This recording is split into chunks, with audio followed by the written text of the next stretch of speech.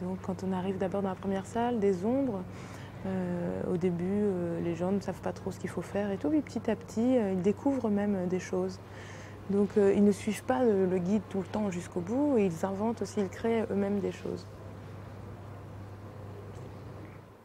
Il y a des découvertes un petit peu pour tout le monde.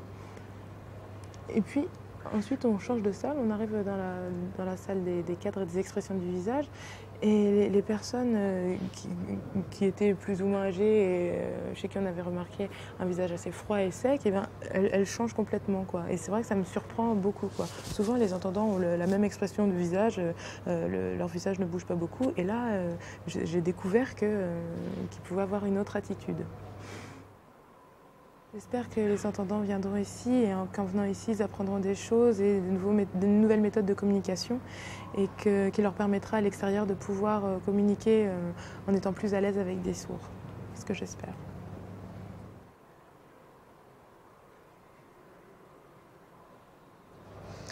Et souvent, au début, les entendants entrent et sont un peu angoissés. Alors, je ne sais pas quoi faire, ils ne savent pas non plus ce qui va se passer, etc. Et ce qui est surprenant aussi, ce qui les surprend, c'est de mettre le casque. Et il n'y a pas de communication verbale, il faut communiquer par les gestes et tout ça. Et c'est vrai que les entendants sont un peu surpris. C'est le début, quoi. C'est au début que ça se passe comme ça. Et puis, quand on arrive dans la salle des ombres, c'est vrai que j'ai remarqué que les entendants ne savaient pas trop quoi faire avec leurs mains. À l'extérieur, c'est certainement parce qu'à l'extérieur ils parlent, et bon, ils n'utilisent pas leurs mains pour communiquer. Leurs yeux ne sont pas non plus très actifs, c'est plus au niveau de la voix que tout se joue. Et dans la salle des ombres, c'est vrai qu'ils sont obligés de bouger leurs mains, ils font des efforts, obligés d'avoir de l'imagination, c'est très intéressant. Et c'est ce qu'ils découvrent, que les mains peuvent avoir des mouvements, etc. Et c'est très très intéressant. Mais ce qui est le plus difficile pour eux, c'est quand même au niveau des expressions. Ils n'ont pas d'habitude d'avoir des expressions du visage assez marquées. À l'extérieur, bon, ils ont un visage assez neutre, assez froid. C'est les sourds, alors que les sourds, au contraire, bon, remplacent leur voix par des expressions du visage. Remplacent la voix par des expressions du visage. Et les entendants n'ont pas l'habitude d'utiliser ça. Il y a des personnes âgées, des jeunes, des enfants, des adultes, enfants de tout âge. Il y en a qui acceptent de jouer avec leur visage. Ils font un énorme effort et on rigole bien. Et une fois à l'extérieur, j'ai l'impression qu'ils se sentent libres. Ils se sentent vraiment, oui, que ça leur a fait du bien, que c'était une bonne expérience. Voilà.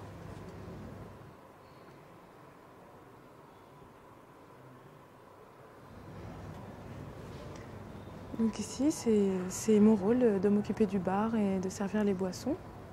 Donc les gens font le parcours, c'est-à-dire donc ils passent de salle en salle, les ombres, les expressions du visage, le corps. À la fin, il y a un petit jeu de réflexion. Et ici, donc, ils viennent ensuite, c'est la dernière salle, le bar. Donc c'est une communication libre. C'est en CNV, ce qui veut dire communication non verbale.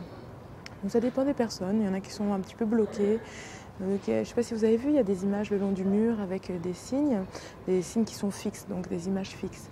Et l'animateur rajoute le mouvement avec. Alors, pourquoi, merci, etc. Il y a des personnes qui s'expriment bien, et il y en a qui ont plus de difficultés à s'exprimer. Donc après, il y a les boissons ici qui sont affichées, café, thé, sucre, lait, etc. Et ça dépend vraiment des personnes au niveau de l'expression. Donc bon, voilà, je leur donne des signes. Il y a des personnes qui sont vraiment extrêmement bloquées. Par exemple, ils voient une image, un dessin, par exemple non. Et ils se demandent s'il faut parler, qu'ils donnent leur prénom. Et moi, je leur explique non, que c'est un nom visuel, etc. Et il y en a qui ont un petit peu de mal à comprendre. Donc j'essaie de leur expliquer un petit peu au niveau du nom. Mais c'est vrai que c'est un petit peu difficile. Il y a des personnes qui, à la sortie, découvrent que dans le silence, la communication est remplacée par les mains, le corps et les expressions du visage. Mais en général, tout le monde est content.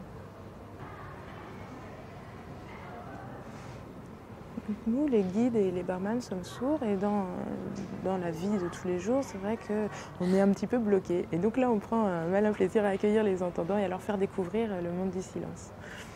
Et quand ils viennent ici au bar pour s'exprimer, c'est vrai qu'ils sont bloqués aussi. Et je trouve que c'est intéressant, c'est surprenant. Donc on voit un échange et à la sortie, eh bien, on verra ce qui se passera.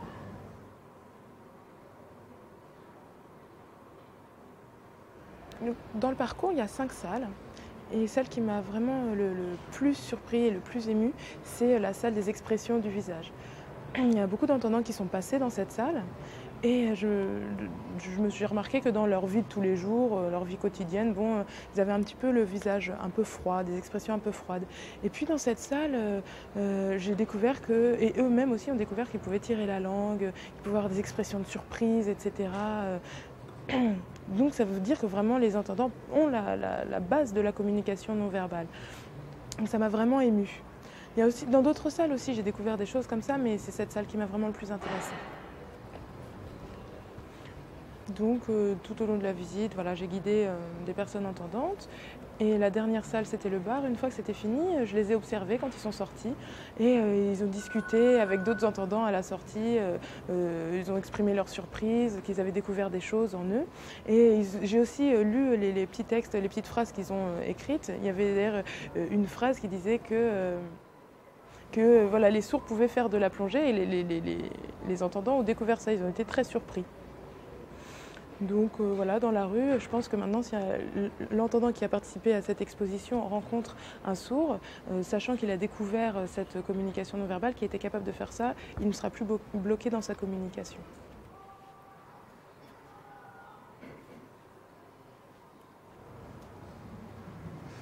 J'ai une bonne nouvelle. Scène du silence, qu'est-ce que c'est ça? C'est sur le thème du silence. Vous voulez savoir ce que ça veut dire silence? Ben, c'est quand il n'y a pas de bruit du tout. On n'écoute plus avec ses oreilles, mais avec ses yeux. Vous savez, dans la société, les gens utilisent plus leurs oreilles que leurs yeux. Venez à la Villette et vous verrez ce que c'est. Dans la rue, de temps en temps, vous pouvez croiser des gens et ils sont très pressés, on ne se regarde pas souvent. Je trouve qu'on manque de contact. Venez participer ici à l'exposition et vous découvrirez un contact par les yeux, avec les mains, les expressions du visage et le corps. Profitez-en, venez. Et pour les personnes sourdes aussi peuvent participer à l'exposition. Donc vous savez que les sourds s'expriment avec les expressions du visage et le corps, mais c'est aussi intéressant de venir et d'observer avec ses yeux, de regarder comment les entendants utilisent leur corps et leurs expressions du visage. Si votre famille ou vos amis entendants ne savent pas trop ce qu'est le silence, vous pouvez leur dire de venir participer. Les enfants, les adultes, les personnes âgées, c'est pour tout le monde, même les étrangers.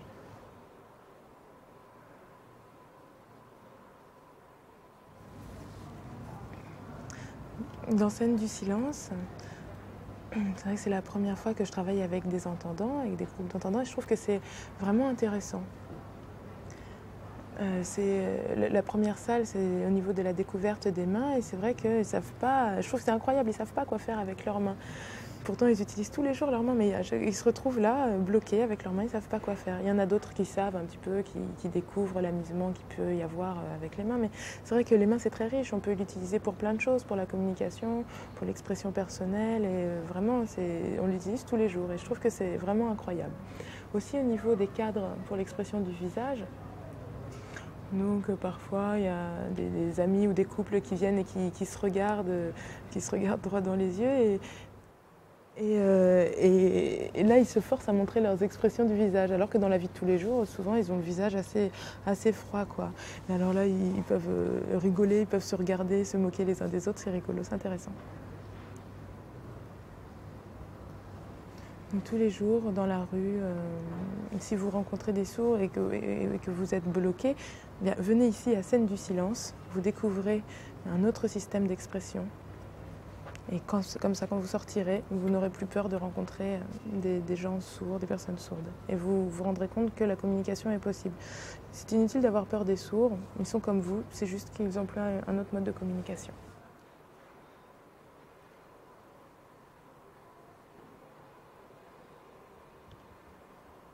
À la fin du parcours,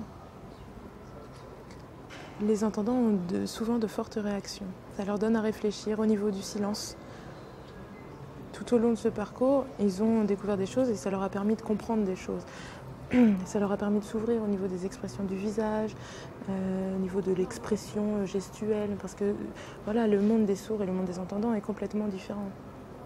Et ça leur apprend à respecter le monde des sourds. Ils apprennent les expressions du visage. Souvent, ils pensent que les expressions du visage, c'est affreux, mais et là, ils découvrent que non, c'est lié aux mots, etc. Et ça les ouvre un petit peu. Voilà, on leur donne du vocabulaire. Dans le vocabulaire et dans les verbes, l'expression du visage est liée vraiment. Et donc, il faut respecter la langue des signes et la langue française. Voilà. Donc le parcours du scène du silence peut leur apprendre ces choses-là.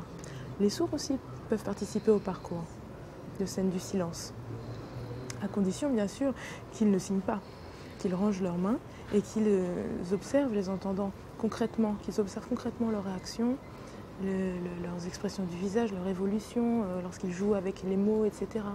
Et qu'ils essayent d'établir un pont entre les deux cultures, pour s'ouvrir, pour que les deux mondes s'ouvrent l'un à l'autre. Les entendants comprennent le monde des sourds, la culture sourde, avec les expressions du visage et la communication gestuelle.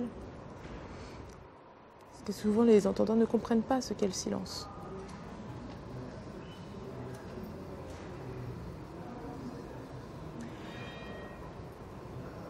Les entendants aussi souvent connaissent un petit peu le monde des aveugles au niveau du braille et tout ça, parce que c'est quelque chose qui se voit. Quand une personne est aveugle, là, souvent elle a une canne blanche, etc., on voit que la personne est aveugle. Mais pour les sourds, c'est quelque chose qui ne se voit pas.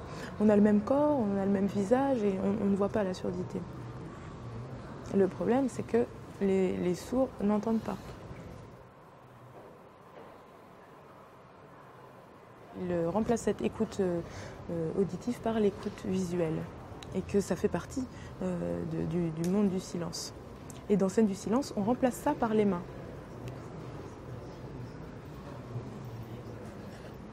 Une fois que les entendants ont suivi ce parcours, ils peuvent en parler autour d'eux et permettre aux autres aussi de comprendre. Ils peuvent aussi comprendre la communication gestuelle et se rendre compte qu'ils peuvent l'utiliser tous les jours. Parce que souvent, quand ils voient des sourds qui s'expriment en langue des signes, ils ne savent pas trop ce que c'est. Et cette communication gestuelle, c'est la langue des signes française.